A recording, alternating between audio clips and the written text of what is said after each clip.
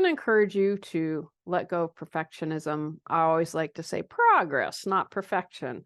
I used to really beat myself up and feel like that I needed to be perfect all the time. Now, doing a lot of personal growth work, working with people, perfectionism was, for me, a couple things. It was the distraction, right? If I'm perfect, then I don't have to deal with my pain and really dig deeper and where is this coming from?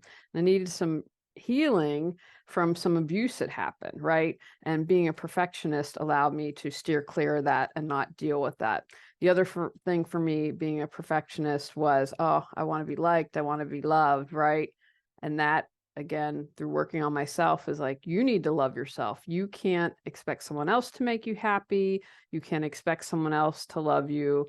And perfectionism was just something, again, if I'm perfect, then everyone's going to love me. And it ain't true. First of all, we can never reach perfectionism, and people aren't going to love you if they think you're perfect. In fact, if they think you're perfect or close to it, a lot of them tend to get annoyed with you. And so it's doing the opposite of what you think and hope it will do. And the third thing for me that being perfect seemed to do was just really kept me focused on the negative, like what was wrong with me. Instead of looking at all these great things that I was doing, it was like, you're doing this wrong. And so I was my own worst enemy, right? Who needs other people when I was beating myself up? So those are the three ways that trying to be perfect impacted me. So just take a moment. How are you trying to be perfect? And maybe it's in one area. You're like, I'll let work slide, but my novel cannot have a typo. And I have to tell you, every time I read a ton, I read 181 books in 2023.